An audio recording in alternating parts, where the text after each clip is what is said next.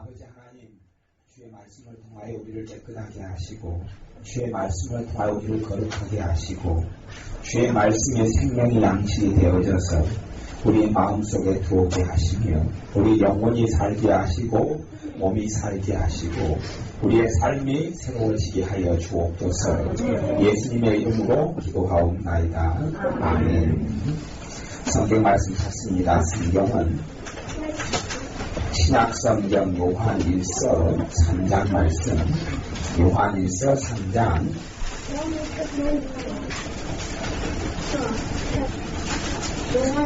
요한일서 3장 말씀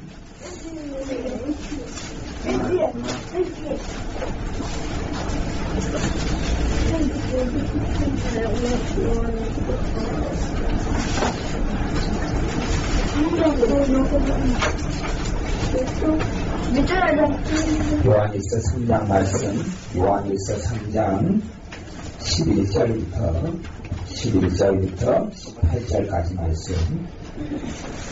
신약성경 요한계시록 앞에 요한일서 3장 11절부터 18절까지 말씀.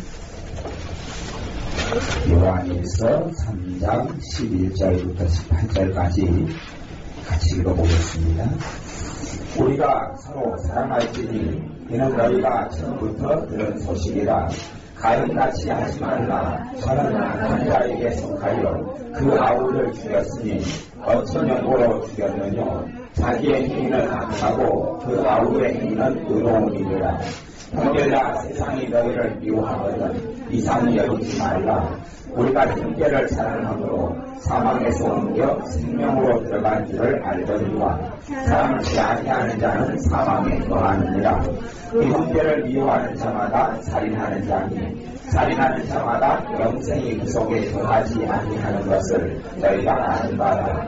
그가 우리를 위하여 목숨을 버리셨으니 우리가 이로써 사랑을 알고 우리도 형제들을 위하여 목숨을 버리는 것이 마땅하니라. 누가 이 세상 재물을 가지고 형제의 궁핍함을 보고도 도와줄 마음을 나누면 하나님의 사랑이 어찌 그 속에 거할까 보냐. 자녀들아, 우리가 말과 힘으로만 사랑하지 말고 오직 희망과 진실함으로 하자. 아멘. 하나님의 자녀들의 삶 속에 거룩한 하나님의 역사와 또한 충만하게 역사하시는 주님의 은혜가 사실은 적은 이유가 있습니다. 적은 이유는 뭐냐 하면 이제 초신자나 인자 주님을 믿는 사람은 뭐 모르겠습니다만 사실은 주님을 좀 아는 사람들에게 있어서 하나님의 살아계신 역사하심이 그분의 은혜 주심이 날이 갈수록 강해지지 않는 가장 근원적인 이유가 무엇이냐 하면 사실은 서로 사랑하지 않기 때문에 그렇습니다. 이기주의고 개인적이고 나만 알기 때문에 그렇습니다. 오늘 오후에 우리가 말씀을 나눈 다음에 함께 상대방을 위해서 기도했습니다.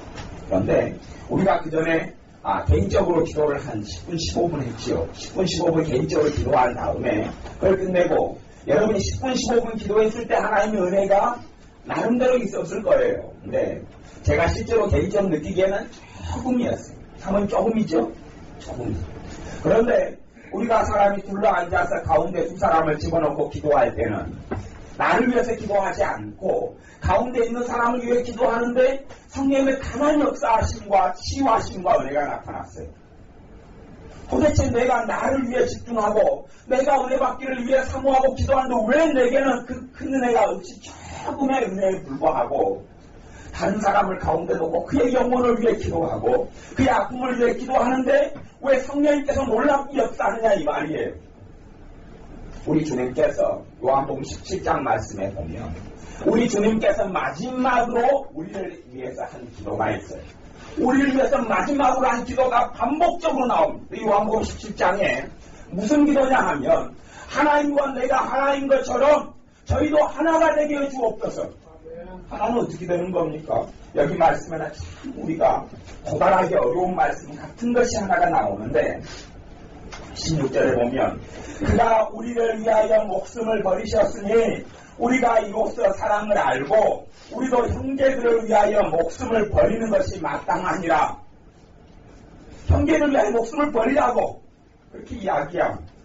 지금의 믿는 사람들이 왜 놀라운 하나님의 역사가 교회 속에 살아 움직이는 성령의 역사가 왜 없느냐? 내 삶 속에 왜 하나님의 은혜가 날이 갈수록 줄어들어가고 주의 거룩한 말씀의 권능이 사라져가고 주님의 그 사랑이 내 속에서 사라져가느냐? 믿는 사람들이 계속 아예 자기만 알기 때문에 그렇습니다.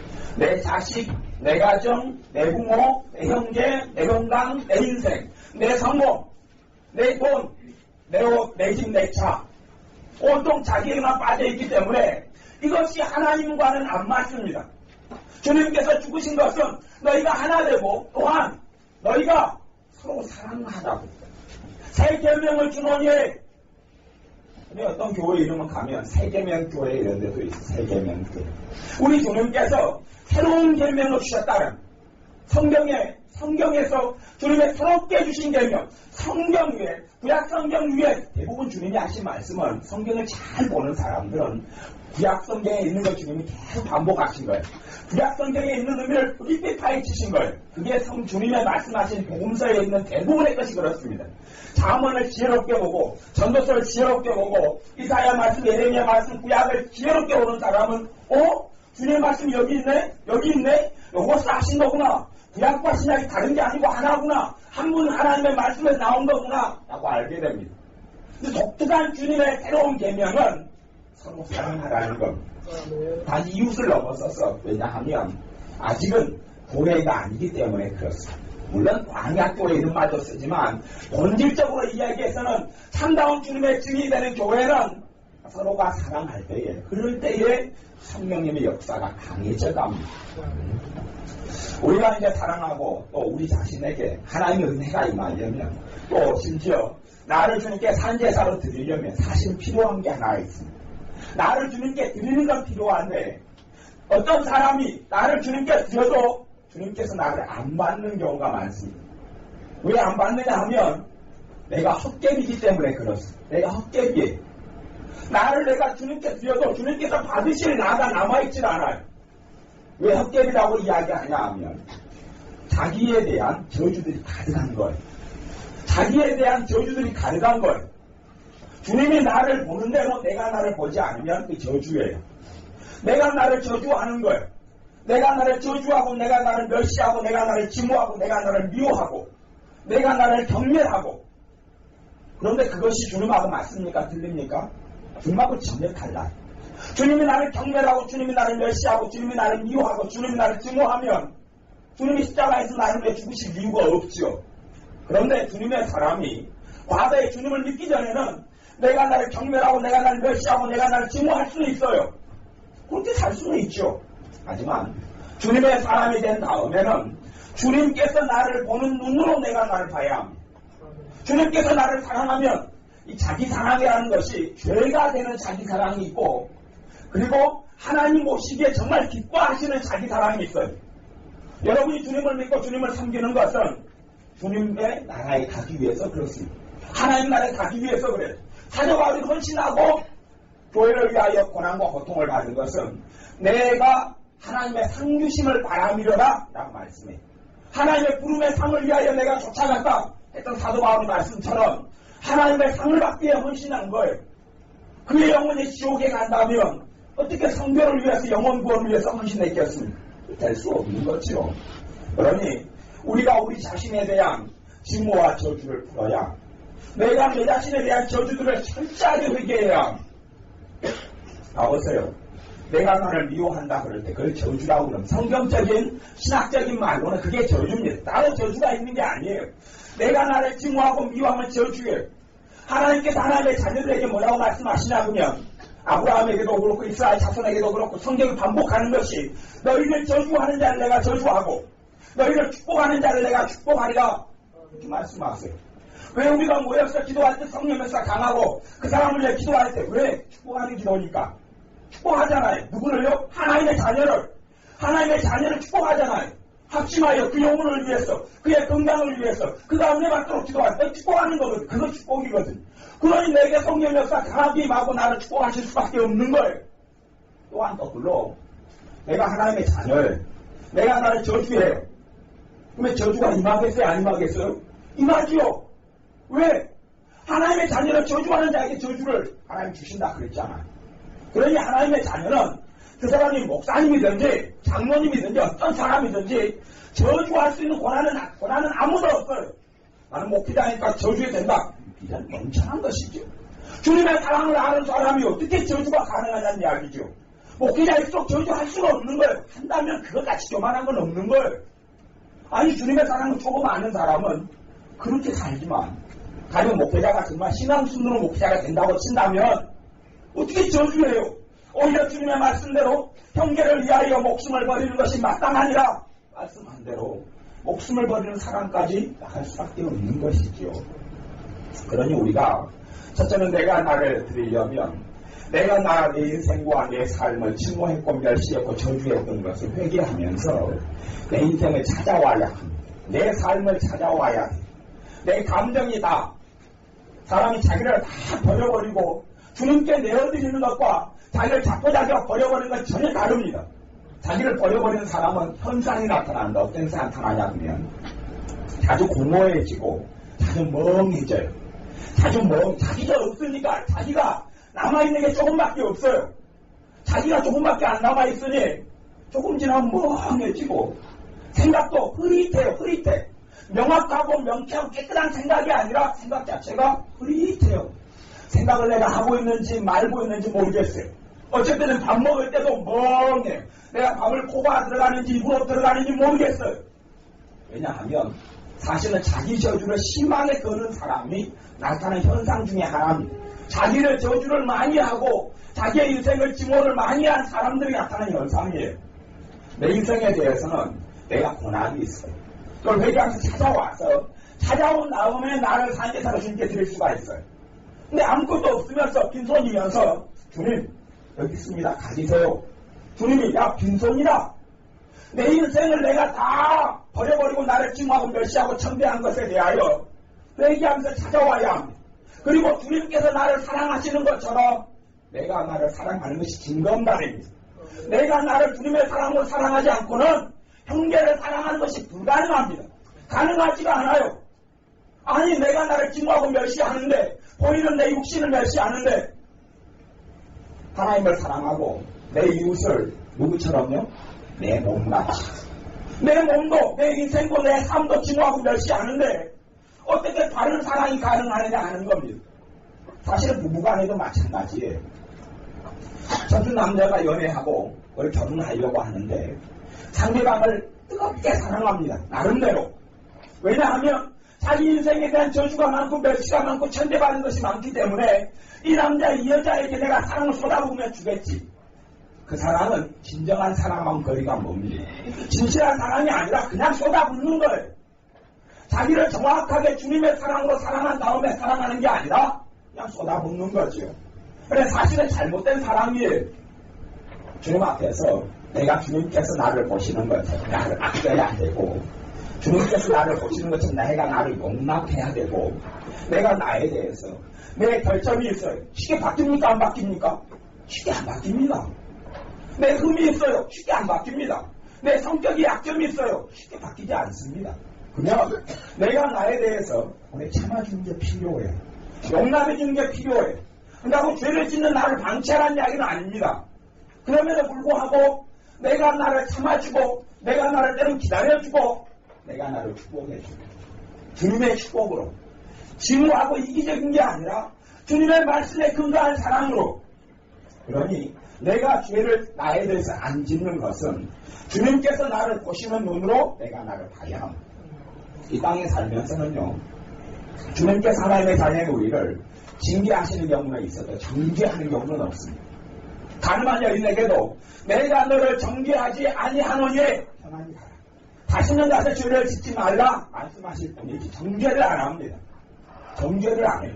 네 죄인이다. 네 나쁜 놈이다. 그렇게 정죄를 하지 않습니다.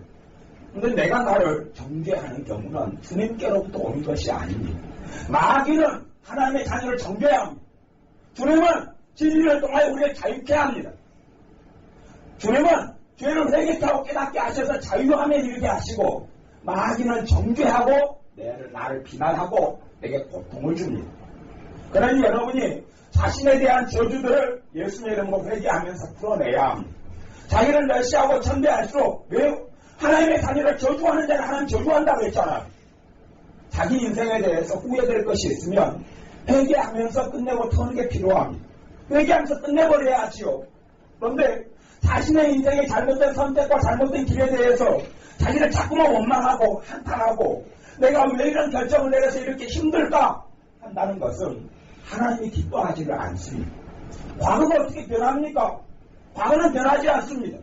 죄인 것은 회개하고 끝내야 하지요. 과거를 어떻게 후회해봐야 과거가 지나는 것이 어떻게 변합니까? 변하지 않습니다. 주님의 십자가 앞에 내려놓는 것이 필요할 뿐이지요. 그리고 주님의 위로를 받고 주님의 용서를 받고 주님의 사랑을 받으면 됩니다. 그러니 우리가 우리 자신에 대하여서 저주하는 것들에 대하여 회개하시고 우리 안에 진정한 자신, 주님의 사랑으로 나를 축복하는 것을 할 수 있어야 합니다. 그게 가능해야지 사실은 내가 진검다리가 되어져서 형제를 사랑하는 그 사랑에 이룰 수 있습니다. 우리의 많은 기도 속에서 다른 사람을 위해서 기도를 많이 할 때 거꾸로 내 기도가 응답된다는 것은 성경에는 없는데 영적인 진리처럼 사람들이 많이 가르칩니다. 그리고 그것은 사실 영적인 진리와 원리에 가깝습니다. 내가 정말 주님의 사랑으로 다른 사람을 영혼을 위해서 기도할 때에 그렇게 중보하고 기도할 때에 내가 진실한 주님의 사랑을 가지고 그 영혼을 위해 울고 애통할 때에 내 가슴에 상처가 치유되고 내 삶의 죄가 깨달아지고 회개케 되어지며 내가 주님의 거룩한 사랑 속에 이르게 되어집니다. 오늘 말씀에는 그렇지요. 오늘 말씀에는 14절에 보면 우리가 형제를 사랑함으로 사망에서 옮겨 생명으로 들어간 줄을 알거니와 어떤 면으로 보면 다른 말씀하고 좀 틀려요. 다른 말씀하고 틀리다는 이야기는 뭐냐? 다른 말씀에는 너희가 예수를 영접하면 어디로? 생명으로 간다 그랬지. 예수를 믿으면 생명으로 간다 그랬는데 사랑의 사도인 요한을 통해서 주님이 준 메시지는 그것을 보완합니다. 한 말씀이 모든 걸 다 이루지 않아요. 다 이룬다면 성경 66권이 필요한 게 아니죠. 여기 말씀에는 실제적인 우리의 삶 속에서 하나님의 사랑을 실제적인 삶 속에서 생명을 누리는 것을 이야기하는 겁니다. 주님이 나는 길이요 진리요 생명이니 말씀하시죠. 그 생명은 주님 자신이 영생이라는 이야기. 주님 자신이 생명인데 영원한 생명이라는 이야기입니다. 그러니 우리가 형제를 사랑함으로 사망에서 옮겨 생명으로 들어간 줄을 알거니와 실제로 영원한 생명 속에 뭐 하면서 들어갑니까? 형제를 사랑하면서 들어갑니다. 형제를 사랑하면서 주님의 사랑으로 사랑하면서 그분의 은혜 속에 내가 들어갑니다. 믿는 사람들이 교회가 서로 독립적으로 살고 자기 인생과 자기 삶 속에 살고 형제를 위해서 눈물 흘리고 기도함이 없고 왜요? 형제를 위해 눈물 흘리고 기도할 때 여기서 형제라는 것은 교인 교우를 이야기합니다. 같은 하나님을 믿는 하나님의 자녀를 이야기합니다. 그런 사람의 애통이 때로 내 애통이 될 수 있어야지 내가 하나님의 은혜가 내게 점점점 차게 됩니다. 왜요? 정말 생명을 누리는 것은 형제를 사랑함으로 누린다고 이야기하고 형제를 사랑하는 것이 내 속에 없어요. 형제의 아픔이 내 아픔이 되지도 않고 그가 정말 큰 어려움을 당했다 했을 때 내 염려와 내 걱정과 내 기도가 되지도 않아요. 그러면 내가 사망에 거한다라고 말씀하는 것. 사망이 무슨 땅입니까? 주님의 은혜가 없는 땅이 사망 아닙니까?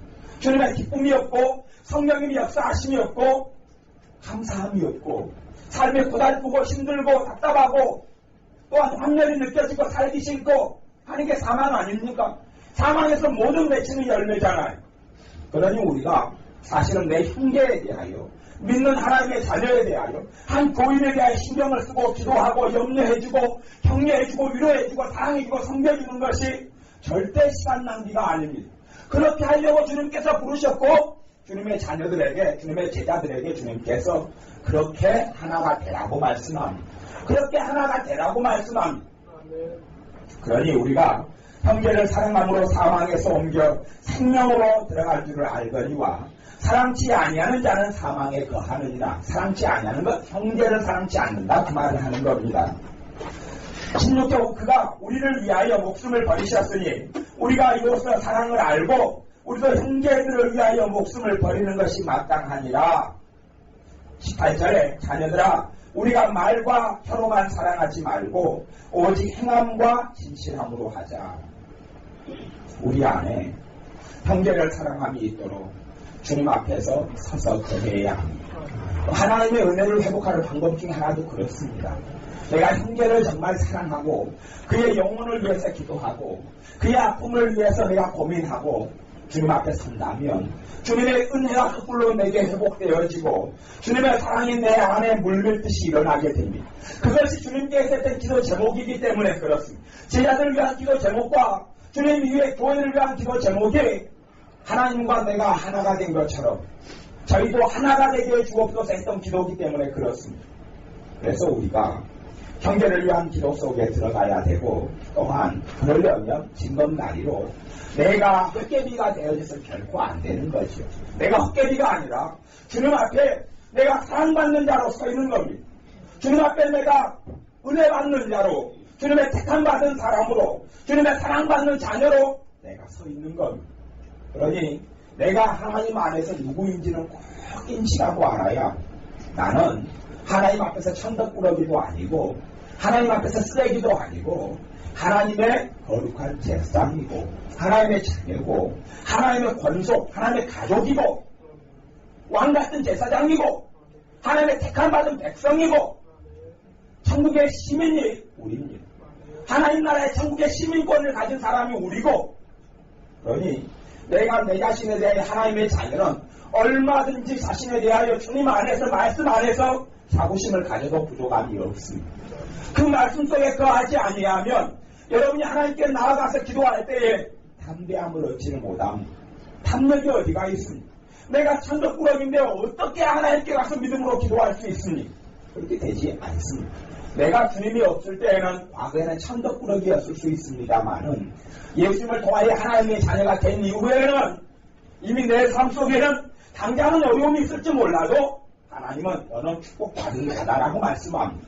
축복이 올 자가 아니라 이미 축복 속에 있는 자다라고 말씀하시는 거예요. 근데 우리가 우리 자신에 대하여서 그런 자기 저주와 자기를 멸시했고 증오했던 것들에 대하여 돌이키면서 하나씩 회개하는 것이 필요합니다. 그 다음에 우리의 삶 속에 내가 나를 증오하고 미워하는 것 가장 중요한 것이 무엇이냐 하면 우상숭배. 우상숭배는 자기를 굉장히 미워하고 저주하는 겁니다. 사실 우리는 내가 귀신에게 절을 하고 제사를 지내는 것이 자기를 사랑하고 자기 후손을 사랑하는 걸로 우리는 생각을 해요. 그런데 사실은 그것이 자기를 가장 증오하는 행위입니다. 또 아이들이 게임을 해요. 게임기에 도취되어 있어요. 그러면 게임을 하면서 자기 아이는 그렇게 생각합니다. 자기를 나는 너무 사랑하고 있어. 내가 사랑하니 내 사랑하는 게임기와 함께 노는 것을 시간 보내는 것을 너무 즐거워하죠. 근데 그 시간만큼 그 아이는 자기를 저주하고 있는 시간을 가지는 거예요. 자기를 증오하고 저주하는 시간을 가지는 거예요. 그러니 우리의 삶 가운데 이 우상숭배라는 것들은 하나씩 철저하게 끊는 게 필요하고 주님 앞에 나아가 십자가 앞에 내려놓아야 회개함으로 내려놓아야 그러면 우리의 삶에 있는 죄들을 주님께서 정리해 주기 시작합니다. 정리해 주기 시작합니다. 그만큼 우리의 삶 속에는 자유함이 임합니다. 주님께서 나를 자유케 하려고 오셨어요. 주님께서 나를 정신이 없는 삶이 아니라 자유하는 삶 속에 나를 이끌어주시기 위해 오셨어요. 하나님의 자녀는 일반적으로 이 머리가 깨끗하고 시원하고 막습니다. 그게 정상입니다. 제가 어떤 집사님께 물어봤습니다. 집사님, 머리가 맑으세요? 머리가 깨끗하세요? 그랬더니 그분은 자기 머리는 깨끗하고 맑고 시원하대요. 그래서 이상하다. 내가 기도하면서 이 집사님에게 머리의 상태를 내가 하나님께 받은 것이 있는데 이 사람은 깨끗하다네. 나는 이 사람이 굉장히 묵직하고 머리가 항상 뭔가 꽉 차있고 답답하고 머리가 그냥 찌끈찌끈 같은 안 하던 묵직한 그런 걸 내가 느꼈는데 집사님이 시원하고 막다해. 이상하다. 그리고 이제 집회를 하면서 기도를 해주고 좀 지났더니 이 집사님이 생각 속으로 죄를 많이 지으면 머리가 잡혀버려요. 머리 부분. 머리 부분은 주로 생각의 죄하고 관련이 있어요. 생각의 죄. 그래서 머리가 생각으로 죄를 많이 불러들이면 이 머리를 누구에게 바쳐버리는 겁니까? 죄에게 바쳐, 죄에게. 우상숭배, 마귀에게 바쳐버려요. 머리가 마귀에게 바쳐져 버려요.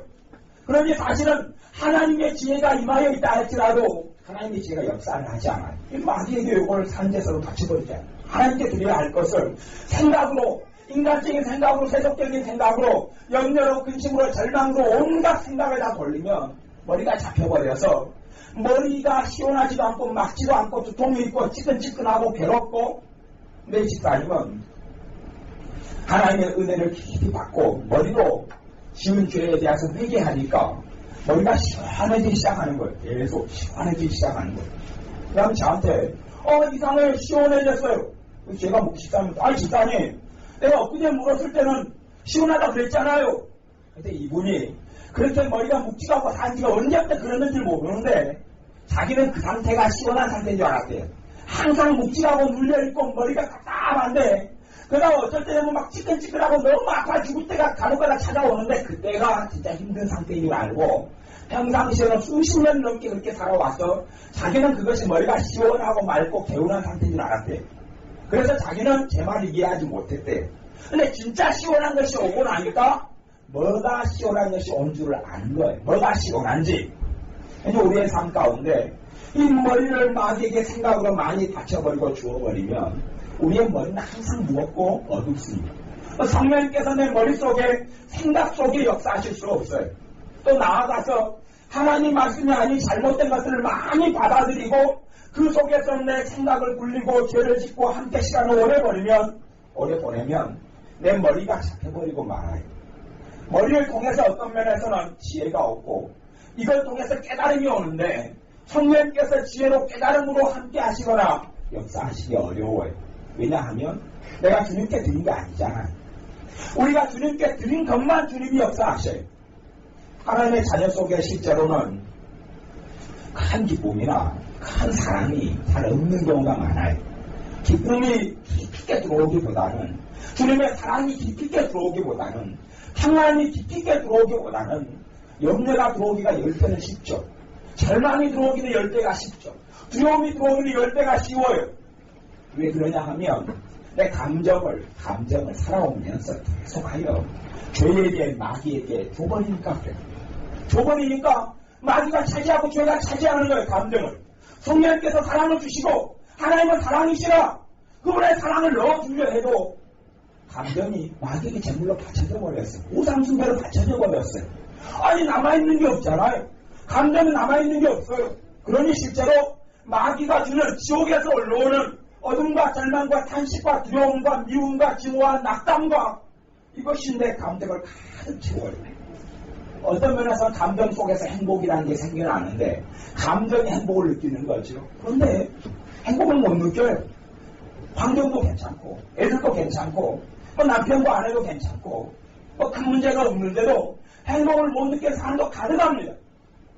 단지 죄 속에서 쾌락을 느낄 수 있을 뿐이지 죄로 인한 쾌락과 주님 주시는 행복은 다른 거지. 다른 거예요.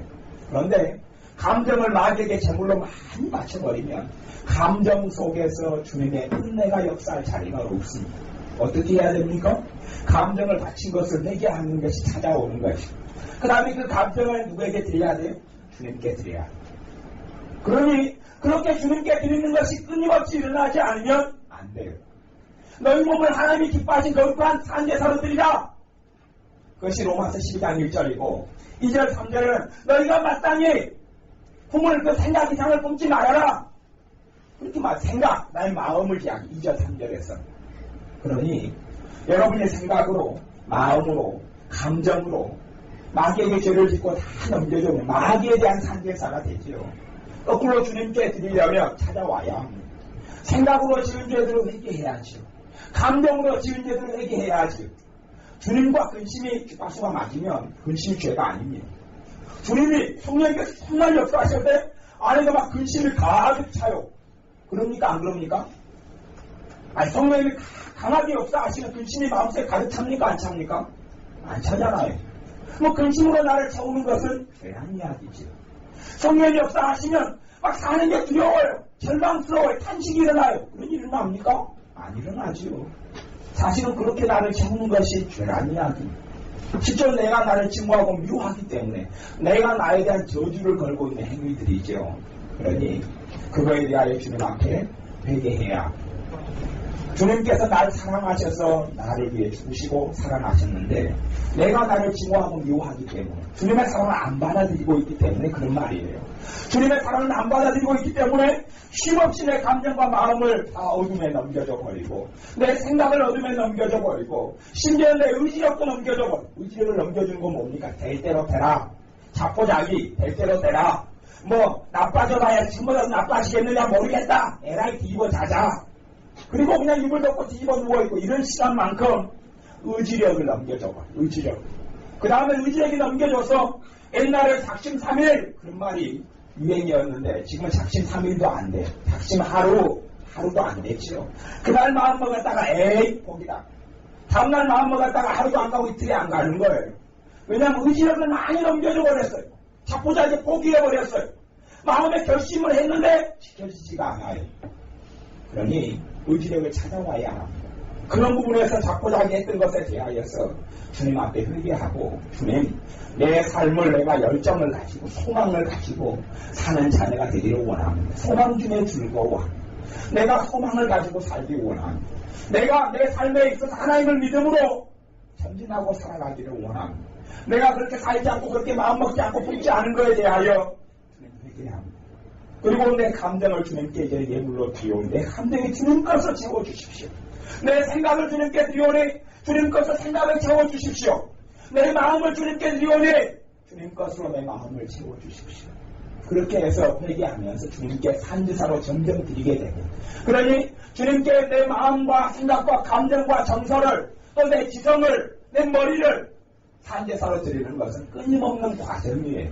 그 과정을 통하여 주님께서 나를 더 차지하시고 나를 더 지배하시고 나를 더 다스리셔서 하나님의 나라가 천국이 내 안에 이루어져요. 감정 속에 이루어져서 어떤 면에서는 주님께 내 감정을 많이 드리게 되면 회개하면서 그러면 어둠이 내 감정 속에 들어오려 하는데 들어올 차이가 없어요. 근심을 솔직한 이야기로 하는 것이 더 어려워요. 근심거리가 오는데 근심하는 게 더 어려워요. 그게 비정상이라고요? 그런 삶이 일어날 수 없다고요? 아니요. 걱정하는 게 더 힘들어요. 이봉명사님 걱정하는 게 힘듭니까? 안 걱정하는 게 쉬우십니까? 걱정하는 게 더 힘들어요. 솔직한 이야기 하는 겁니다. 정직하게 이야기하는 겁니다. 걱정하는 것이 더 힘들어요. 여러분 걱정하는 게 훨씬 쉽다고요? 막연히 많이 넘겨줘서 그렇지요. 두려워하는 게 더 힘들어요. 왜요? 내가 그렇게 살 능력이 있어서가 아니라 주님께 드리니 그 부분을 성령님께서 도와주시는 거예요. 우리 주님께서 하신 충격적인 말씀이 하나가 있어요. 하나는 그렇게 말씀하셨지요. 내가 떠나가는 것이 너희에게 유익이다. 내가 떠나가는 것이 너희에게 유익이다. 주님 몸을 가지고 있다가 주님 나 다리가 아파요. 고쳐져라. 주님 내 마음이 상했어요. 사마음 치료받아라. 그렇게 주님이 함께 있으면서 몸을 가지고 있으면서 해주면 얼마나 좋아요. 그런데 주님이 떠나가는 것이 너에게 유익이야. 내가 떠나가면 보혜사를 보내리니 성령님을 보냈는데 그가 너희와 함께 있고 그게 진리의 영이고 너를 돕고 너희를 가리키고 너희를 인도하고 그렇게 하리라. 훨씬 유익이다. 주님이 떠나가지 않으면 주님의 몸은 한 몸이에요. 그러니 주님 미국에 계시다가 주님한테 핸드폰으로 해야지. 주님 아픕니다. 빨리 오세요. 주님이 총알같이 싹 와가지고 뭐 해줄까? 저기 또 아프리카에서 주님 아픕니다. 빨리 오세요. 주님 한 몸 가지고 그렇게 못 행하시고 각기 주님의 자녀마다 성령님께서 임하시고 계시는 거예요. 그분이 나를 도우시는 거예요. 그러니 내가 빼앗았던 영혼을 찾아와가지고 누구에게 드리면요? 주님에게 드리면 성령님께서 하나님의 나라로 그 안에 채우실 수가 있는 거예요. 내가 내 힘으로 살아가는 것 그리스도의 삶이 아니에요. 내 권능과 내 능력과 내 지혜로 사는 것이 하나님의 자녀의 삶이 아니에요. 그렇게 어떻게 삽니까? 아니 내가 연약하고 무지하기 때문에 주님이 필요한 것 아닙니까?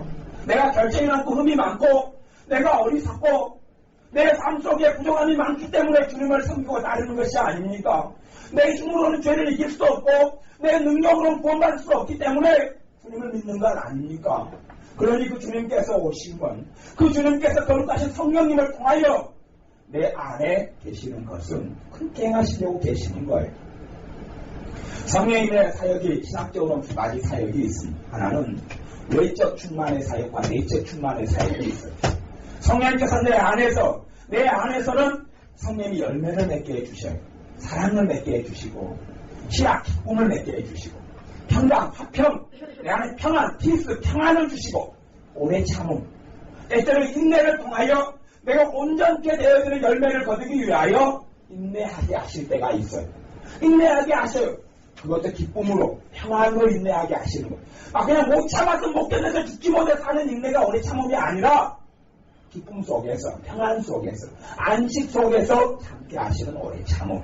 자비, 양선, 충성, 온유, 절제. 그 열매를 내 안에서 맺게 해주셔요. 내 안에서만 맺게 해주셔서 내 인성과 내 인격이 하나님을 바르게 돼서 능력 있는 삶을 살지는 못합니다. 외적으로 성령의 능력을 입혀주셔야 돼. 소위 은사라고 말하는 것. 그런 능력이 끼워져서 내 힘으로가 아니라 하나님의 능력으로. 누가 말하려고 하면 하나님이 주시는 공급하신 힘으로 하라. 누가 봉사하려면 하나님의 힘으로 하고 누가 말하려면 하나님이 주시는 말씀으로 하라. 이게 성경에 본래 나와 있는 말씀이에요. 우리 개혁 성경은 번역이 잘못돼서 오역이다 그러는데 아니 성경이 잘못 번역해서 하나님이 주시는 힘으로 하는 것 같이 하라. 하나님의 말씀으로 하는 것 같이 하라. 것 같이가 원어에 없는 데를 붙여놨어요. 것 같이가 본래 성경에 없어요. 세 번역이나 다른 번역성이나 원어를 보면 전혀 없어요.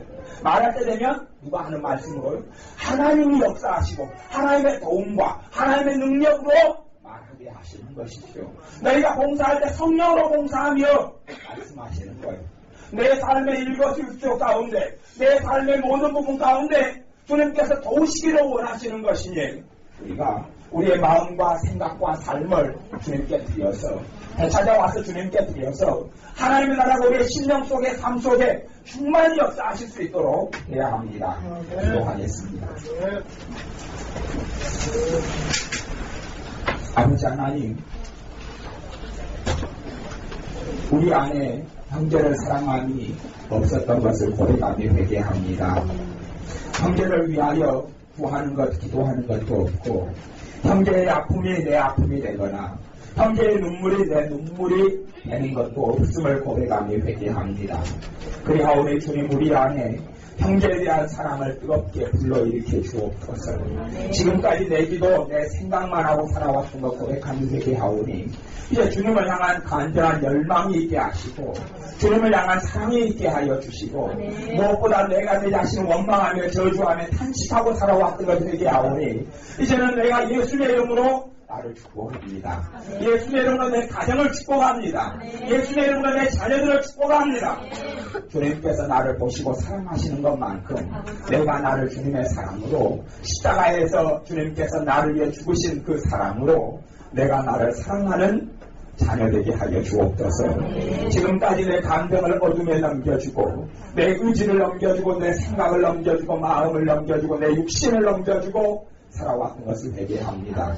우상 숭배를 통하여 내 육신을 넘겨주니 내 몸이 연약해지고 아파지고 병들어져 싸우니 이제는 이것을 회개하면서 주님께 내 몸을 드리오니 주님이 채찍에 맞으심으로 너희가 병나무를 입었다 말씀하신 대로 우리를 치유하여 주옵소서. 우리의 육신을 회복하여 주옵소서. 우리를 강건케 하여 주옵소서. 우리의 감정을 어둠과 근심과 탄식에 내어준 것을 회개합니다. 그러나 이제는 주님께 드리오니 우리 감정 안에 주님의 사랑으로 우리 감정 안에 주님의 평강으로 우리의 감정 안에 주님의 즐거움으로 채우소서. 우리의 머리를 주님께 드립니다. 생각을 주님께 드립니다.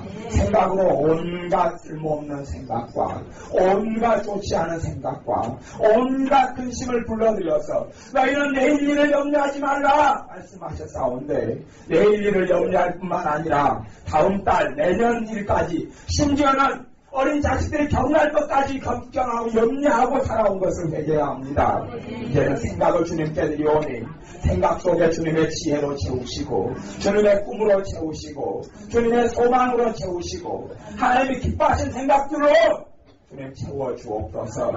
이 밤에 기도할 때 우리를 새롭게 하시며 심령 안에서 마음으로 진심으로 주님을 찾고 구하며 회개케 하셔서 우리의 온 영과 혼과 육에 주님의 자유함에 주님의 은혜가 나타나게 하여 주옵소서. 예수님의 이름으로 기도하옵나이다. 아멘.